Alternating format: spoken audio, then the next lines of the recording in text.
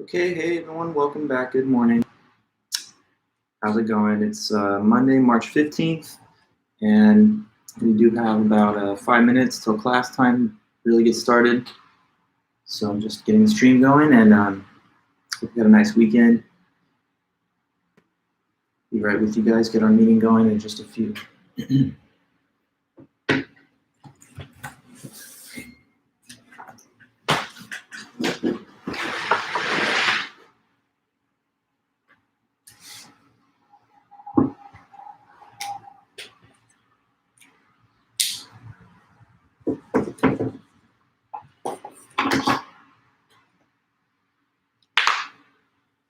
Good morning, Alex.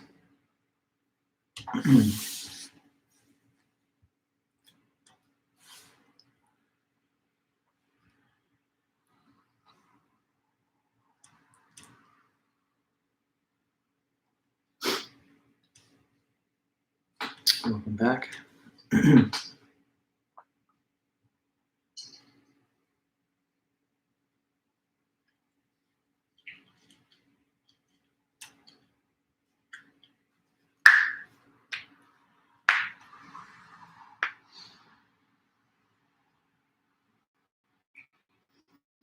Hey Grant, how's it going?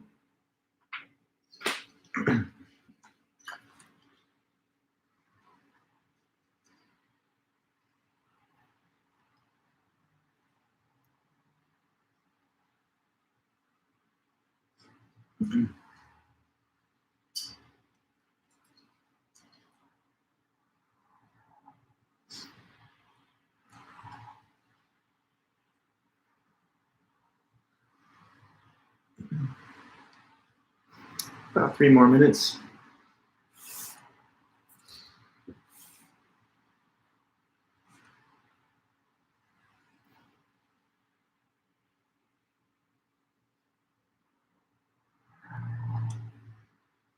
Hey Ryan, welcome back.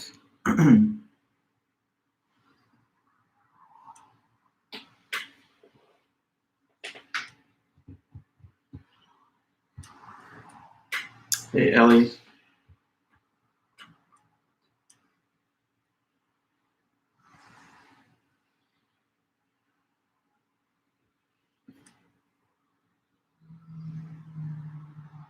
Nina, what's up? Ichi.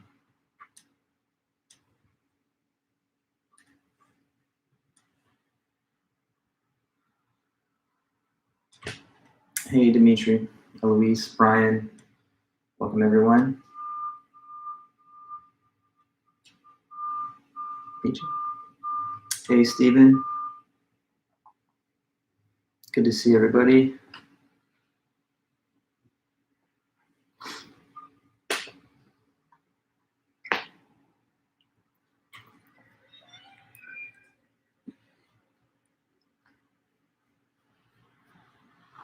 Hey Kylie, Abby, how you guys doing? Good to see you.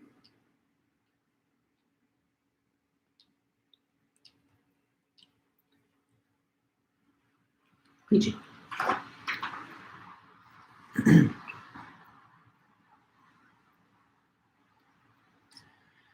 Okay, just another minute or so.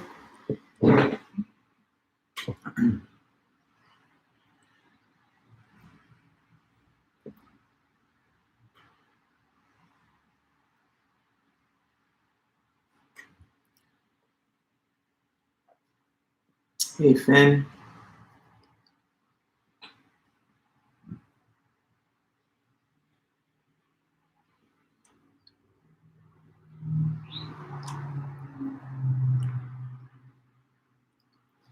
Hey Drew.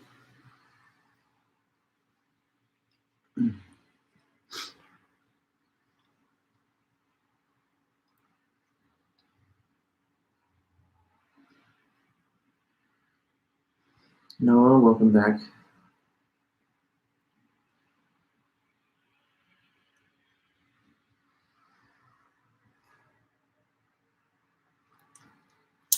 Elif, welcome back. Hi.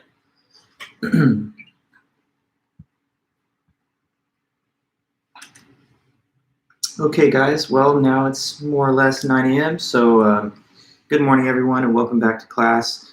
Let's just get things underway. So as you guys know, today we have the first of our 2 review sessions as we get prepared for the midterm on Friday. Also, just a couple of quick things to check in on. Can you guys confirm that you did receive the study guide? Yeah, we already talked about that on Friday because I sent it Thursday, so that's all done with. Another thing, though, did you make sure to note that last night I sent off just an announcement including some videos that help kind of provide additional detail and discussion of the trolley problem essay, as well as like a little bit of in Gendler's lecture talk that I gave you the link to from YouTube. She also talks about ethical theory a bit, so there's kind of some review of those topics as well, Kant and Mill. And then I also notified you in the same message that I've done with the grading of the first essays. So just make sure that whenever you're ready, you can send me an email, and I'll be following up with you and getting you a reply within 2 days at the most, so that I can report back to anyone who's interested in it, their grade or comments for the first essay. So if you're waiting on my response, not to worry. I couldn't really get to much after last night, after I was grading all day, and this morning I was just preparing for class, but I'll be replying to everyone throughout the week. So just feel free to send me your email request. That's how I like to return grades to students individually, so that there's a little bit of a personalized back and forth where I can also offer you your comments. So that's the way I prefer to do it. You won't see your grade appearing in like some kind of grade book that you can just click on. You got to come to me and come get your grade, but that's okay. So when you're ready, I'll send you back your grade with whatever comments, just to follow up on my announcement from last night. Okay, but let's go into our review sessions. So that's today and Wednesday, 2 class periods that are dedicated just to looking at this study guide. So what I want you guys to do, if you can, is to go ahead and retrieve your study guide wherever you have it, whether you have a printed copy or you have another window open with the study guide shown. Just open the document, and you guys are going to help me go through as much of the material in there as you want. But I would like to ask just for this much from you guys. Direct me to whichever questions that you want us to talk about. Just you can refer to them by number or by question statement. And then I do want the students to be like primarily responsible for trying to report back the content that would be the answer. And when I can, I'm going to step in and add clarification, detail, expand on things if needed, and just double check and make sure that everything that we're saying in the meeting here is accurate and faithful to the text. Know that all the questions here are derived from the course material, the textbook, and our lectures. So everything that we've studied in the class is on this list. Nothing that we have not studied in the class is on the list. So just know that if you want, you can always go back to the textbook. That's the primary resource for the class. And any of these topics, any of the information for any question is contained in the textbook. So just know that. The other thing I would say to you guys is this, just before we jump into our actual review now.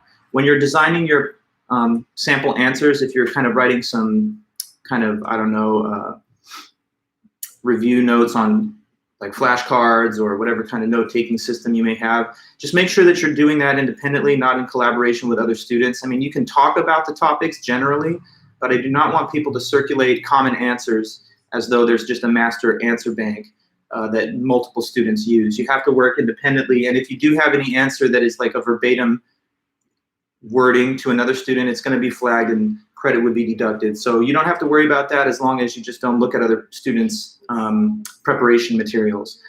You can talk about them in general, but no, there can't be answer banks that anybody shares with others. So you have to have a unique answer, and if I see the wording is the same as a different student from you or from something online, of course, then it's going to be flagged. But you won't worry about that because you're just going to work independently. So anyways, though, let's go ahead. Direct me through the list of questions to whichever topics you want. You know there's 43 questions that are listed on the study guide, and I'm going to take from this list of 43 something like 9 or maybe 10, and then I'll have you answer like 6 or 7 on the day of the test on Friday. So that's the way it'll go. Nobody knows which questions that I will select, nor do I. So that's why it's good for you in theory to have the ability to answer as many of them as possible. So go ahead then, now that that's all through and we've kind of gone through the primary just initial details. let me hear your questions. So you've got the study guide. I've got my own copy with me. And once you direct me to a question, then I'll field the question along with the other students here. So that's on you.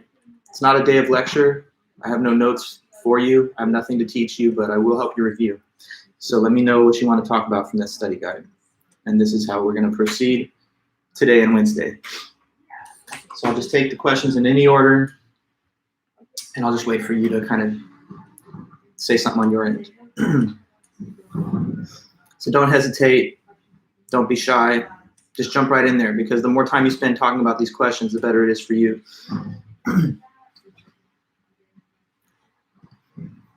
Okay, so I see a couple. Let's take them one at a time. Kylie and Nicole, you both mentioned a few things. So Kylie, you referred to number 9. Okay, don't worry, Nicole and Nicole. We'll get to all of those questions. Let's focus on these 3 for now while we have a little list. So we're going to talk about 9, 4, and 3. Number 9. Okay, so it says, what is the principle of sufficient reason and how does it relate to a proof of God's existence? So for those that are here, tell us, what is the principle of sufficient reason? Somebody let me know that. Principle of sufficient reason and how it relates to a proof of God's existence. Just anyone can jump in with your information in this live chat, and I'll make sure to, in the case of any positive truth, there is reasoning behind it. That's the way you said it, Ryan. Well, reasoning is like the act of reasoning, but reason is a noun, like not a verb in this sense. So there is some explanation for every truth, right? There is a cause for anything. Anything that exists, there had to be a cause for it. Okay, now in the article by Richard Taylor, which is about the cosmological argument, that's what this is about, he starts with the example of a person who sees a sphere in the woods while they're on a walk. And he says, well, that would be odd and unusual. Just like if you saw like a clown suit, just, I don't know, laying on the street as you walk down the street, you might take a look and say, how weird is that is there? I wonder how that got there. Basically, what is the original explanation for how it arrived in that position? This is a thought that you might have because the sight of such a thing in an unusual place is a curious thing to see. So it triggers the curiosity reaction.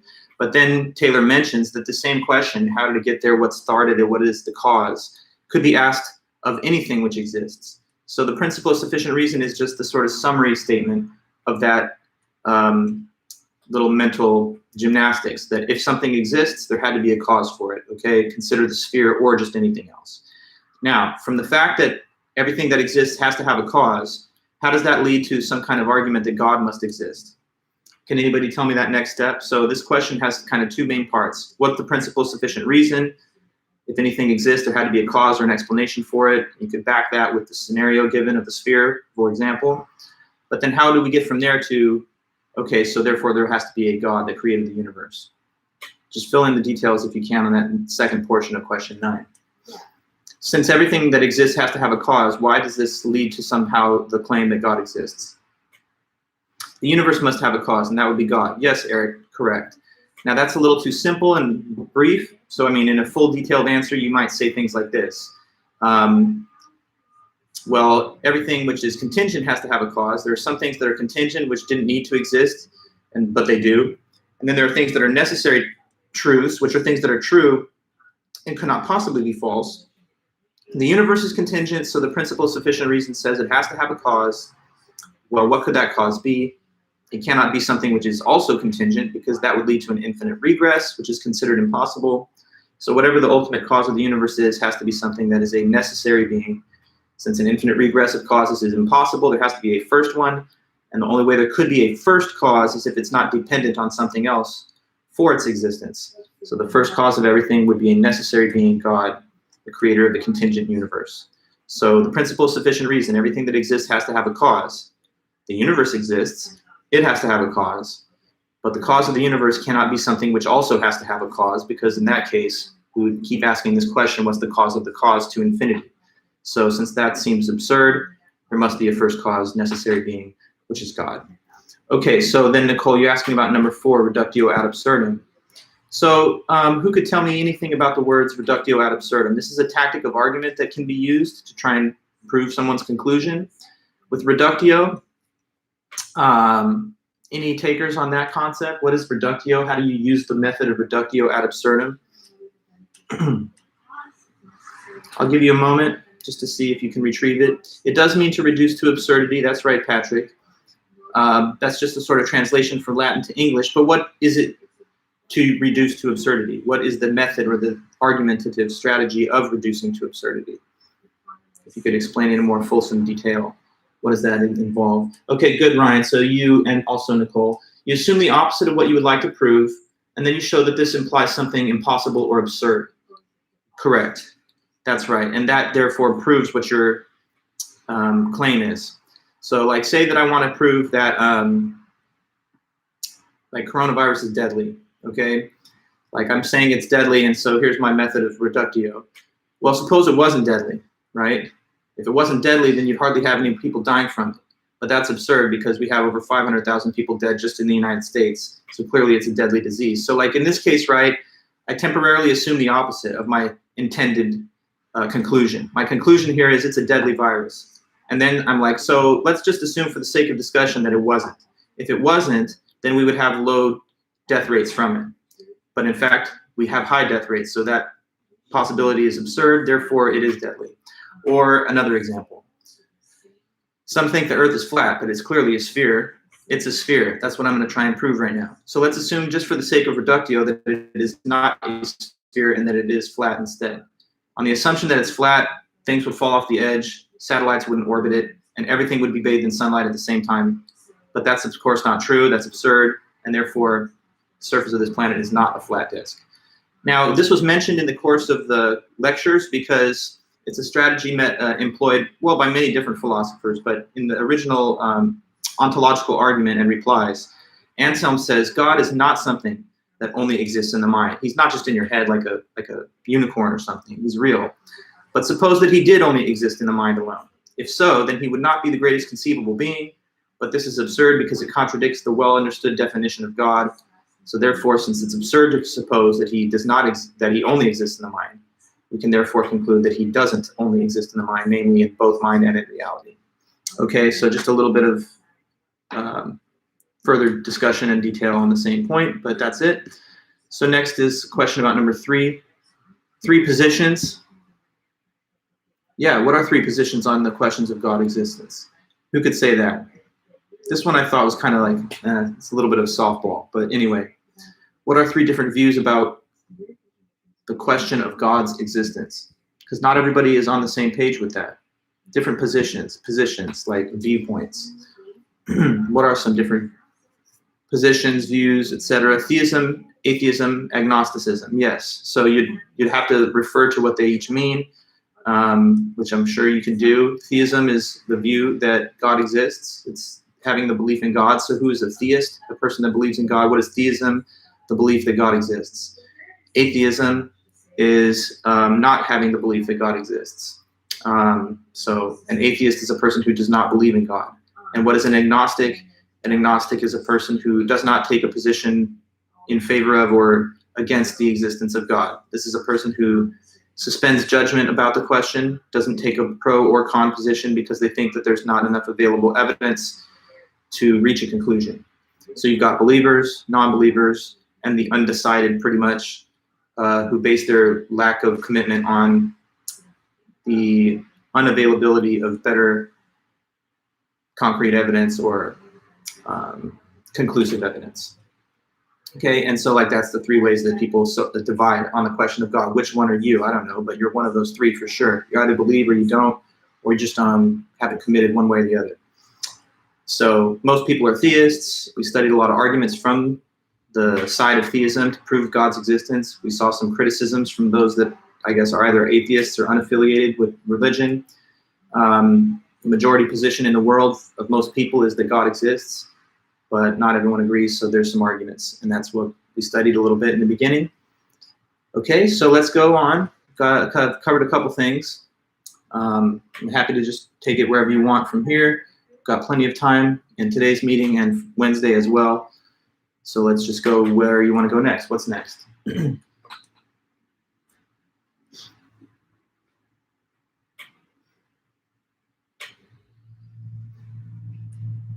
You see the list. So as you look at the list, if I was you, I would probably try to like inquire about questions that were more difficult for you or less memorable to you so that you have a clear understanding after this.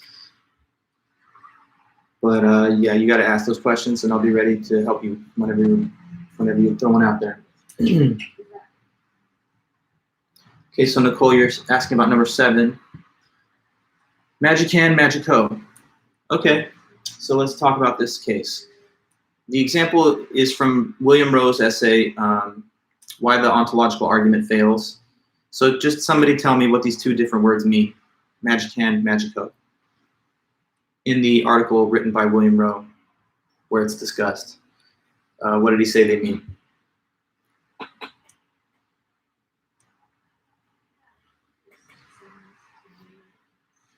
Only you know, so you gotta say. We're just waiting for you to tell us. The words magic hand and magic hoe, that's what the question mentions, so just let us know what those words mean in the article. Okay, Ryan, yeah, so magic hand means existing magician. Magic hoe means non-existing, present tense magician. Okay, so who can throw out an example of either category? Magic hand, for example, are such people as what? That's good. Not to worry, Ryan, but still, though, I have this question to follow up. Can you give me an example of either case, a magic hand or, on the other hand, a magic hoe? Just to make sure we're all clear about what these two things, existing versus non-existing, are all about. Okay, so Houdini, David Blaine, Ryan, you're telling me that these are magic hands. Like, yeah, these are people that are real people, like flesh and blood human beings, correct. And then magic hoe. Well, so Noah, no, unicorn, I'm sorry, but that's not the same thing as a magician. So you got to think of like characters that are human characters that practice magic. A unicorn is like, I don't know, a fantasy fiction thing, but you're switching the example. Magic hoe, Merlin, Harry Potter, etc., people like that, Dumbledore. Okay, magic trick playing, you know, sorcerers and wizards from like films and books that aren't real people. Okay, so now, why is he bringing these two things up? Because he's attacking the ontological argument. What's his problem with the ontological argument? He says that in the argument, Anselm pretty much just says the definition of God is existing being that's perfect. And so existing is part of the definition. Therefore, you cannot deny that God exists, because that would be like saying that that's not the definition of God. But you can't prove that a being exists, according to Rowe, just by defining the being as existing. And that's why he says even if the word magic hand means existing magician, that does not prove that magicians exist. So the next point is to consider this counterfactual situation. Suppose that in our actual world, there were no longer any existing magicians. Can you imagine that? Please, just use your imagination. I want you to imagine that tomorrow, March 16th, all the magicians have died, okay? Like whoever out there, Penn and Teller, David Blaine, Chris Angel, they're just dead, stone cold, just they're gone, okay? They've been taken out tomorrow. There's no more magicians. So can we still have this talk about the word magic hand on Wednesday and still talk about the word meaning existing magician? Sure. But would that revive them and make them exist again just because that's what the word means? No.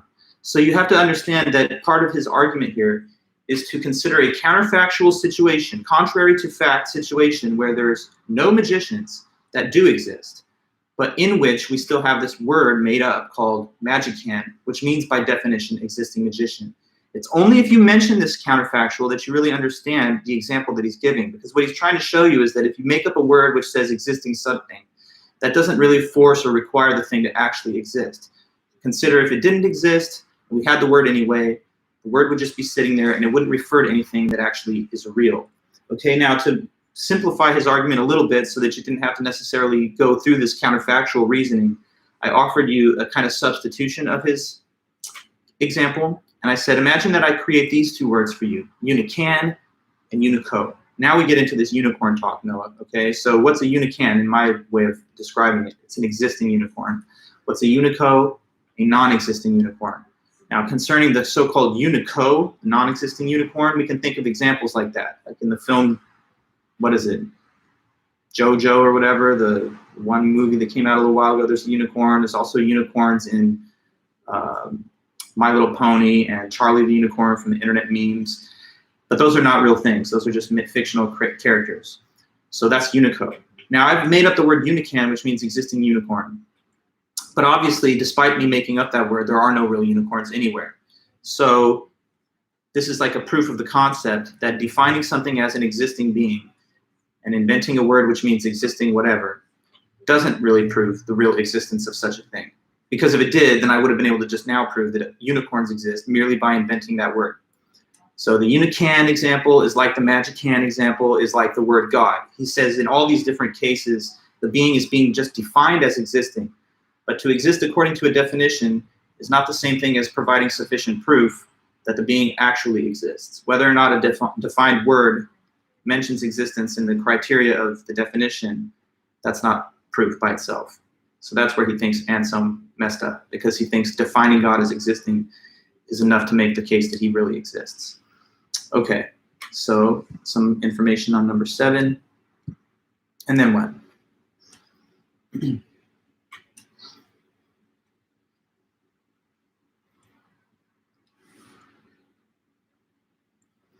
So you say number 30, the author O'Neill. Yeah, so Eric, about Honora O'Neill, very brief, mentioned her only in passing at the very end of our discussions of Kant and the categorical imperative. When we went over the second version of the categorical imperative, let's start there. What is the second version of the categorical imperative? So the categorical imperative is like the linchpin of Kant's moral philosophy. It's a principle which we're supposed to use to discover what the moral law permits and what the moral law forbids. So there's 2 versions of the categorical imperative. This question in number 30 is referring to the second version. And so what is that second version of the categorical imperative? If anyone can tell me. Don't do a certain thing. Don't treat a certain type of thing a certain type of way, but you have to tell me what I'm hinting at here from Kant.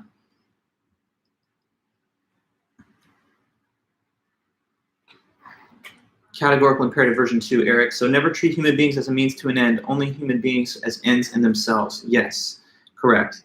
So now, Honora O'Neill wrote the paper assigned in the syllabus, A Simplified Account of Kant's Ethics. So she's a modern writer. She's alive today, and she wrote about Kant for the current day audience.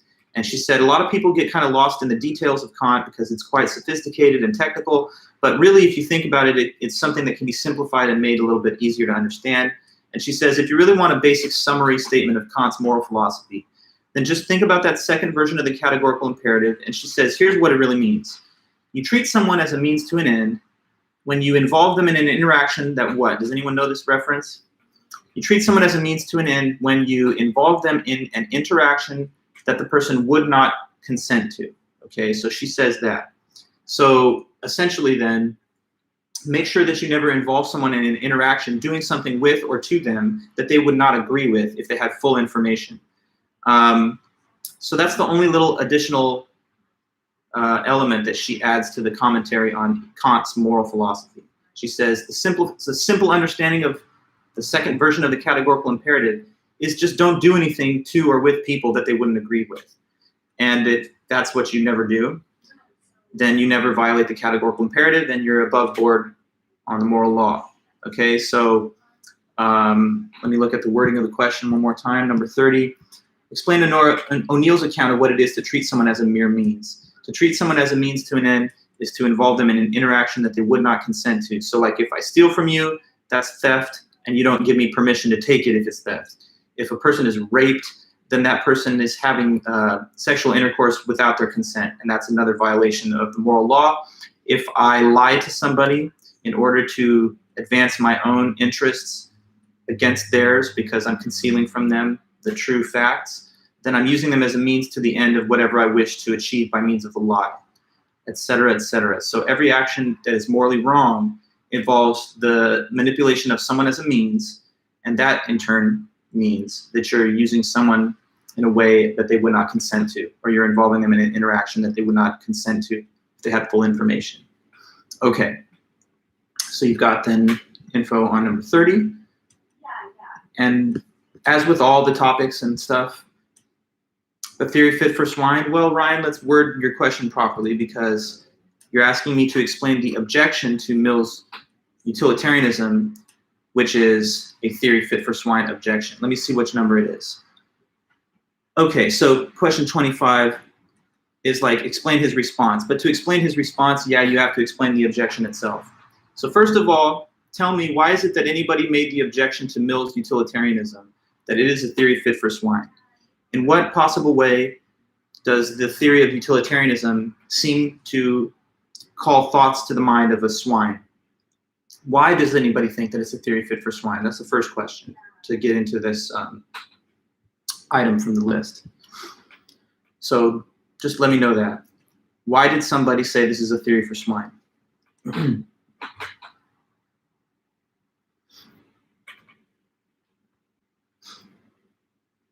Why?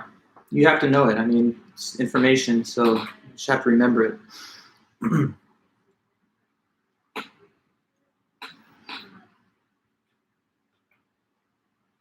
Just take a moment, but not forever, and let us know, what is it, this whole point that it's a theory fit for swine? I know you're asking the question, so you might be a bit frustrated, because if you ask, you don't know, but somebody in the room has to know, because we lectured on it, it's in the notes, it's in the book. So let's go into it, and then when you give me something, I'll meet you halfway.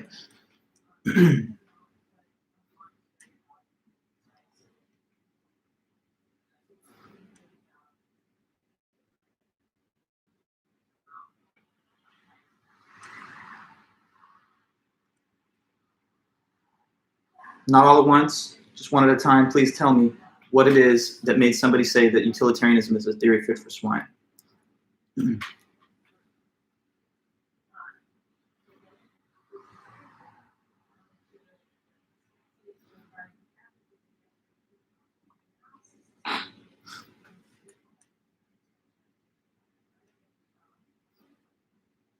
You'll find it. Just go into your notes if you need to go there. But as long as it takes, you're going to find the notes. Okay, so if human beings only focus on doing things that result in the most amount of pleasure, then we're no different from swine, because all they do is eat and sleep to be happy. Very good, Eric. Thank you. Yes, that's correct. So some people thought that since it's all based on pleasure and happiness, it's telling us to live the life of satisfied animals, like pigs, for example. Pigs, you might say, just want to roll around in the mud, sleep, eat, mate, and that's about it. So if we are told through utilitarian theory that the supreme goal of ethics is to generate as much pleasure as possible, which is what it says, then you might think it's telling us to lead the animalistic and bestial lives of such things as pigs, because they only seek the most base pleasures. And why should we be doing that as human beings? Aren't we smarter than animals? Aren't we more noble and sophisticated than animals? Why should we set our sights on the pursuit of pleasure to all expenses? Well, that's the criticism. Now, can we make sure that that's clear enough? Someone thought that this is a bad theory of ethics because it tells you to pursue pleasure for as many people as possible, but pleasure might be thought of as an unworthy aim since it's base and animal-like. If you compare animals that seek pleasure to his theory, is that what it's telling us to do? Well, he says no, it's not actually about living the life of an animal. So now someone has to tell me how he comes back and tries to neutralize that objection. What is his rebuttal? Or does he just say, oops, yeah, sorry, it is for pigs, and so I guess I was wrong? What is his reply back to that? Because the question that you refer to is about his response to the objection. So you have to know the objection to tell me about the response, but the response is the main point. So what is the response after that? This is all for pigs. It's all about pleasure, right? And so now here's Mill, and he says, what?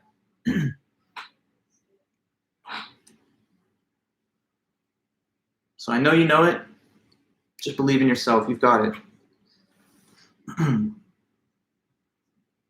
But that's the thing.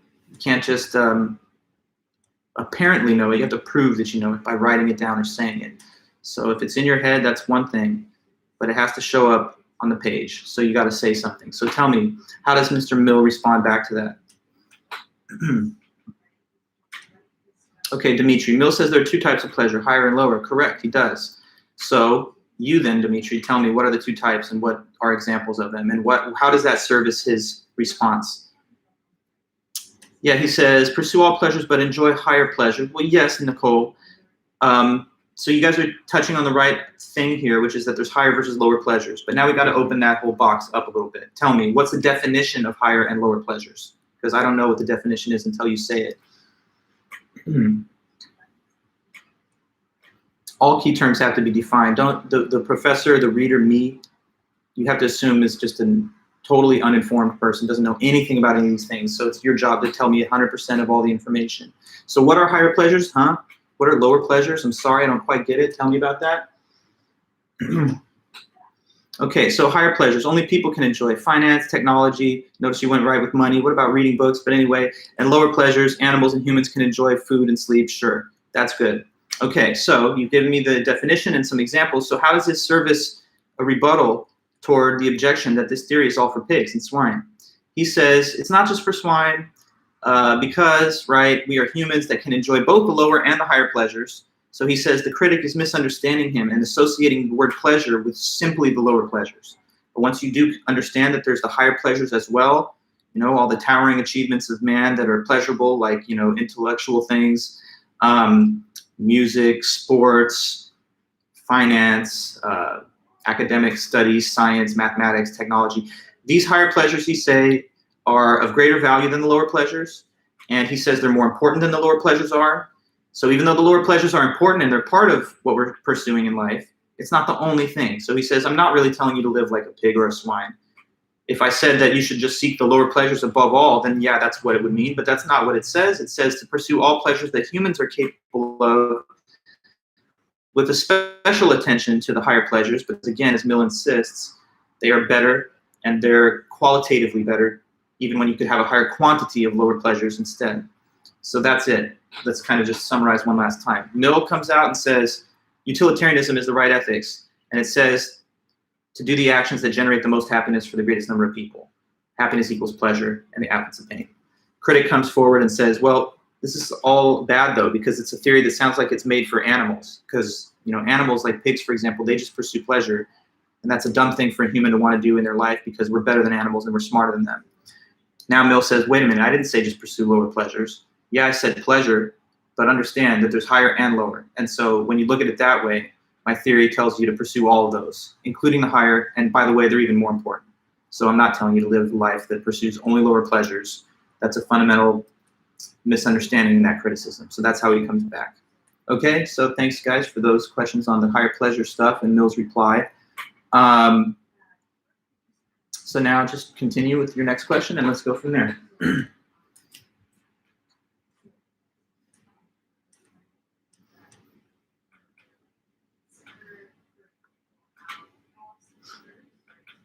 Only you know which questions you have, so you'll just direct us to the next one.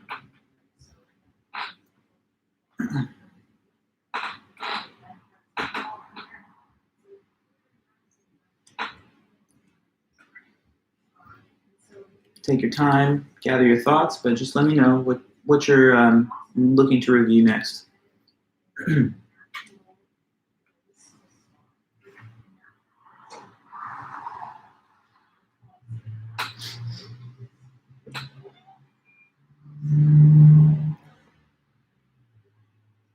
You don't have questions? You're just confident and you just feel like you'd rather not have to ask them, or what?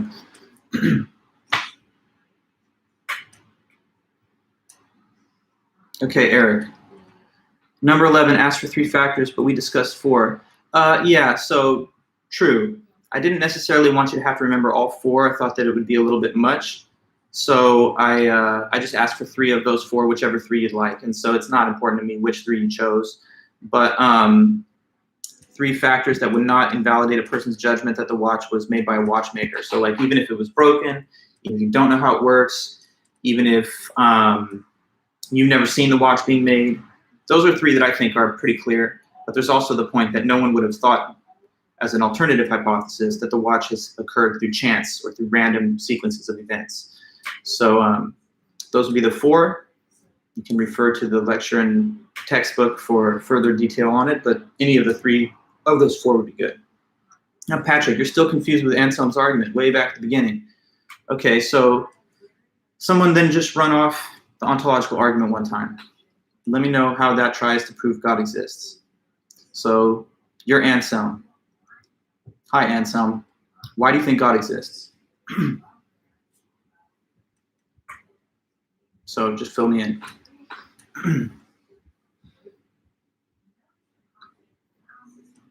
And he doesn't just say, because he just does. Because what? I don't have to make any argument. He has an argument. What's his argument? And then we'll go over the next few that I see listed there from Brian and Nicole. So, but taking things back to the beginning, important to remember, what is Anselm's ontological argument? Okay, so Drew, God must exist because if he's the greatest conceivable being, existing in both mind and reality is greater than existing only in the mind. Pretty much, very brief and condensed, but that's the essence of it. Let me, if I could, just add some of the additional little details. So the first thing he does is he says, what's the definition of God that everyone understands in their mind? Everyone understands the definition of God as the greatest conceivable being. And he makes it clear that this is not just the thought that believers have of God. Whether you're a believer, non-believer, or anything else, the definition of God is universal and common to all, the greatest conceivable being. The only difference, therefore, between a theist and an atheist is a theist thinks that this is a being that is real, not just in your mind. And an atheist thinks this is an idea, but it's just in your head and it's not about anything that's real. Okay, so first point, everyone agrees that the definition of God is greatest conceivable being. After that, the next thing is to note that some things only exist in the mind, like the unpainted painting that you're just thinking of, you haven't set out to actually draw yet, or unicorns and leprechauns and things. So some things are just in your head and they're not out there in the world, or at least not yet. Like maybe you guys will have a kid someday, some of you, right? And that child doesn't exist yet, but maybe you can think of them, and so they're in your mind at least. But then there are other things that exist in the mind and in reality, like my cat, you see her on this lecture and she's not a hologram, it's a real living thing. So some things exist in the mind and in reality. And you could fill in a million different examples. I throw out my cat as just one randomly, but there's lots of others. Just take your pick. Some things exist only in the mind, made up stuff. Some things exist in the mind and in reality, real stuff. Okay, so what's greater? It's greater to exist in both. That's the argument, that it's greater to exist in both because it's more reality, it's more existence. 2 is greater than 1, and to exist in the mind and in reality is more existence than just the mind. So since that's greater, and since God's definition is greatest conceivable being, he must therefore exist in both, because if he did not, then he would fail to be as great as you could possibly imagine. So it's the definition plus the claim that it's greater to exist in the mind and in reality. Those two factors establish that on the assumption God doesn't exist in reality, he's not the greatest conceivable being. But that's a contradiction because it says God's not the greatest conceivable being, which is known as his definition. Okay, so you've got the definition of God that everyone agrees with, that he's the greatest conceivable being, followed by the assessment that it's greater for something to exist in both the mind and in reality than merely to exist in the mind. And so, given the definition, God has to be in both because otherwise he wouldn't be as great as possible. Eric, the way you put it is, God must exist because God is the greatest conceivable being, and as part of that, it is greater to exist in the mind and reality than just exist in the mind. Yes, so all around, pretty accurate and correct. Just a few details omitted, but what you've written is right. Okay, so that's ontological, just another review of it. So Brian, to number 39, you're asking about the tragedy of the commons from Garrett Hardin. Okay, right. So what is the tragedy of the commons? It's a principle that Garrett Hardin mentions as he's arguing that we have no obligation to help the global poor.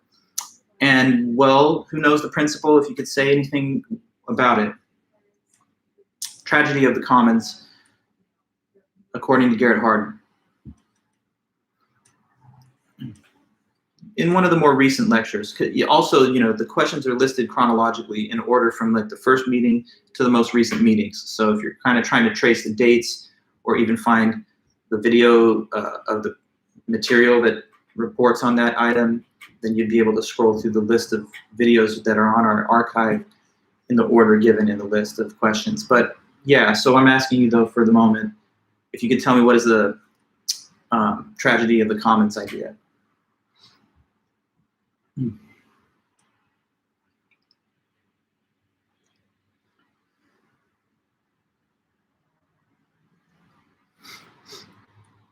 Okay, so Eric, public resources inevitably fail due to overuse and poor maintenance, unlike private resources.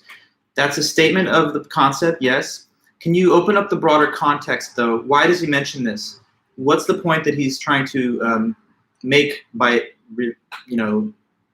putting this into his paper?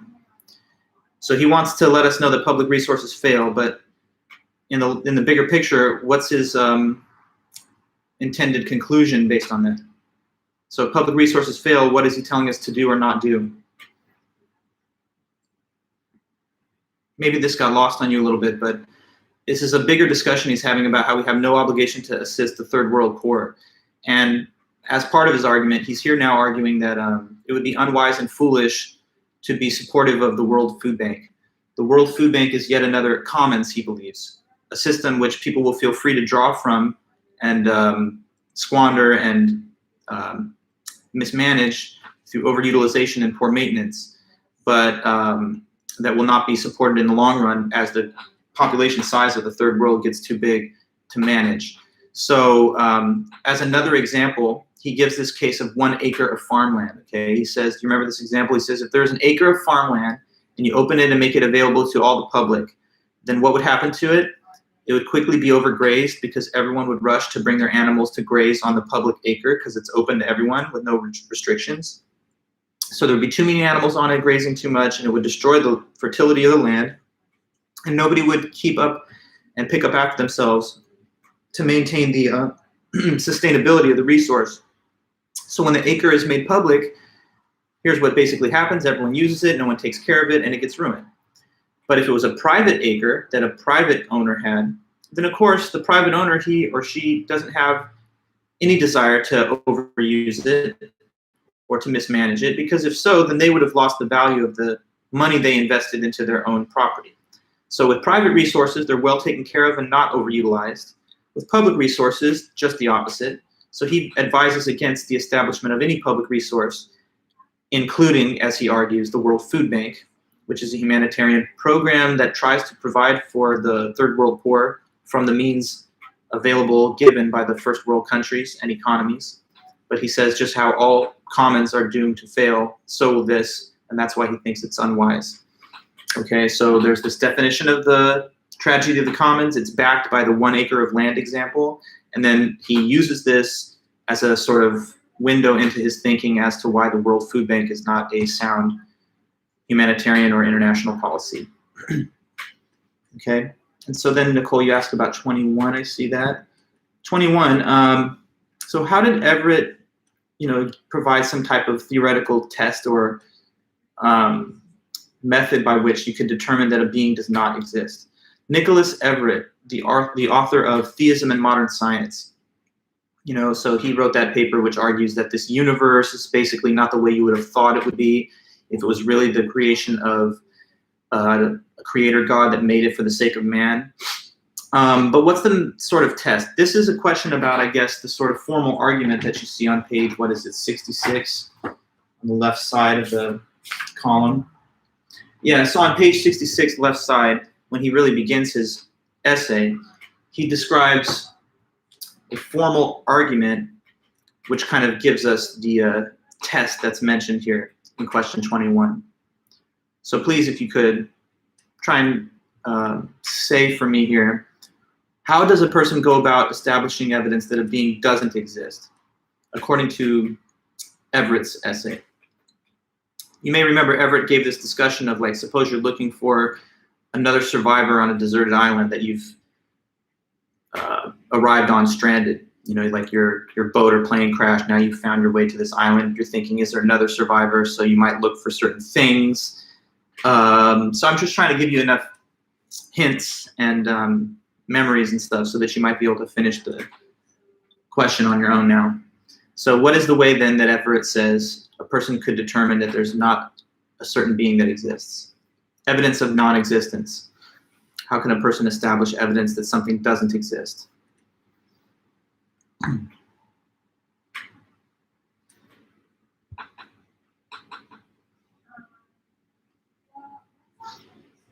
So I'm telling you the page, right? I've told you that on page 66 of the book, which you have a book, and you'll find discussion of the argument that is the sort of basis of this question. But if you're waiting for me to finish my thoughts and just tell you, I'm not going to do that. You have to finish it, and then I'll kind of complete it once you give me something.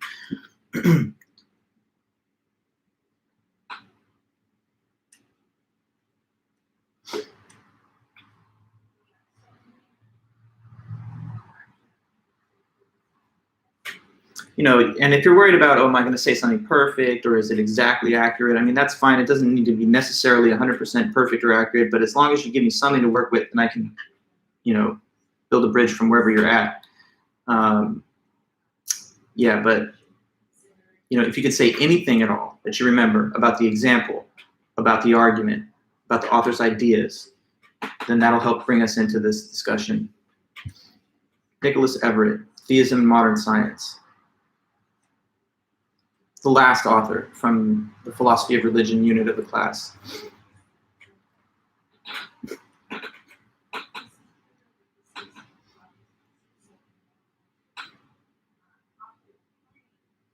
Okay, so Eloise, what you've said is this.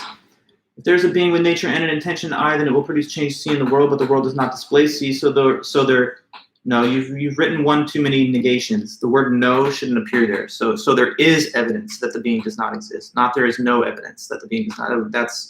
So your last part there is incorrect.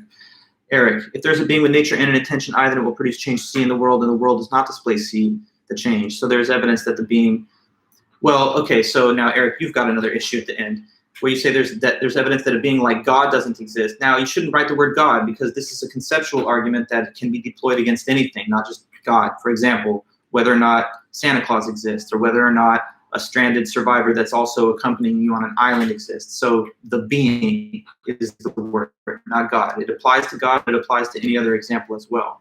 So the wording is, if there's a being with nature and intention I that would produce change C in the world, premise 1. Premise 2, but the world does not display change C. Therefore, conclusion, there is evidence that the being does not exist. But that's not enough, though. Even that is not enough, because all you're doing there is just writing down the verbatim statement taken from the notes. You have to disgorge all the content from that. So what is this about? Give an example. Give an example. So like say that you were looking for another survivor stranded on an island with you.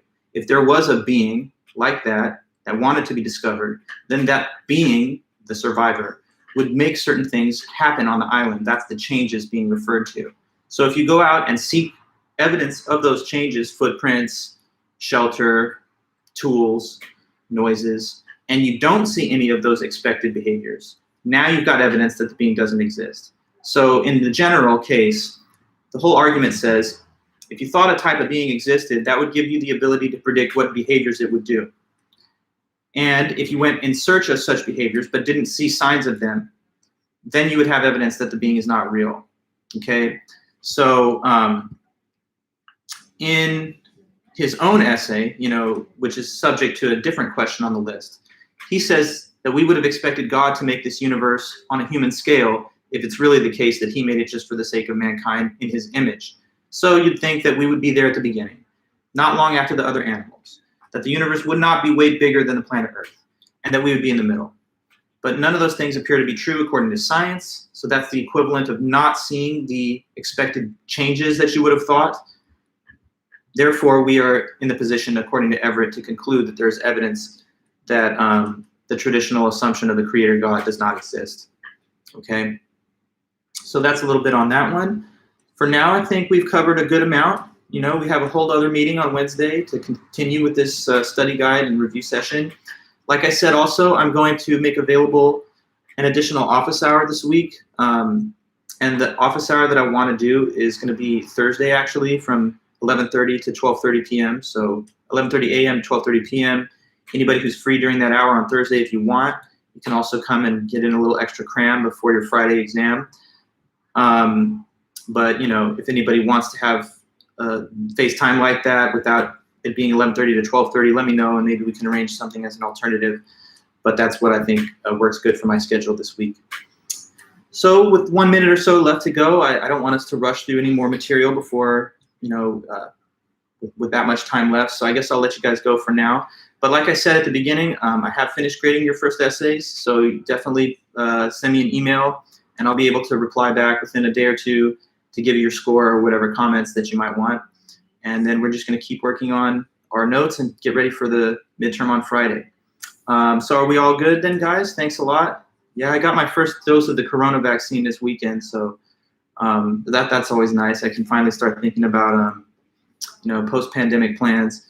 What is the day of the midterm going to be like, Brian? Yeah, it's just you're going to be sent the midterm exam at 9 a.m. and then you have to just return your answers back to me in an attached document through email before 9:50. So not really much different than a normal class where you would show up, the professor would hand you the test, you'd take it, and then you'd leave the class at the end of class period.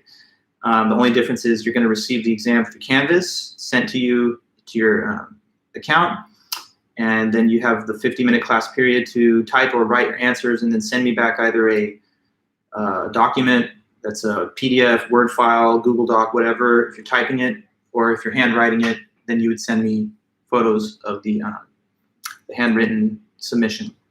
Okay, so that's about it for today. I'll see you guys back on Wednesday, and I'll be going through all the emails I receive in the next day and a couple days. So for now then, have a great one, and I'll see you guys back in a few. Okay, bye-bye.